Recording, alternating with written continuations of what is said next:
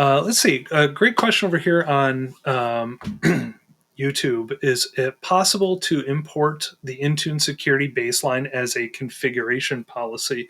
I'm just not able to do the necessary exceptions to the baseline.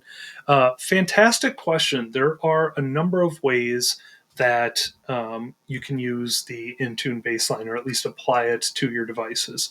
So, of course, you do have the native, the built-in baseline, which you mentioned here. Um, and that's just these baselines that we were looking at earlier. But they can have their challenges to manage them. So there are some other solutions. One I want to shout out is James Robinson's OpenIntuneBaseline, which actually combines a couple of them. But this basically is using the settings catalog, and you would import that as a configuration profile instead.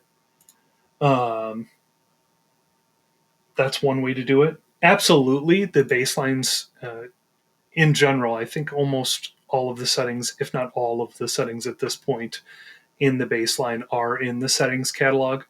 But for all of the settings that are, absolutely, they can be recreated as a configuration profile using the settings catalog.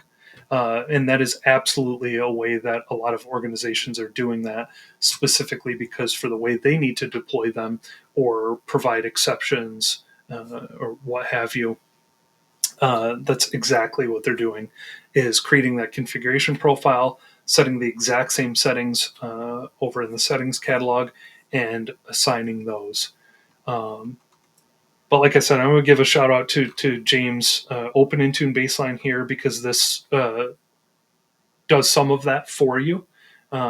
Or can do some of that for you. You can see here basically what you do is download that baseline, and then you can import it into Intune using the fantastic Intune management tool by Michael Carlson. We've talked about it many times here on Office Hours. Great tool if you haven't used it and you're managing things in Intune. So this is one method to do it. Or maybe start there.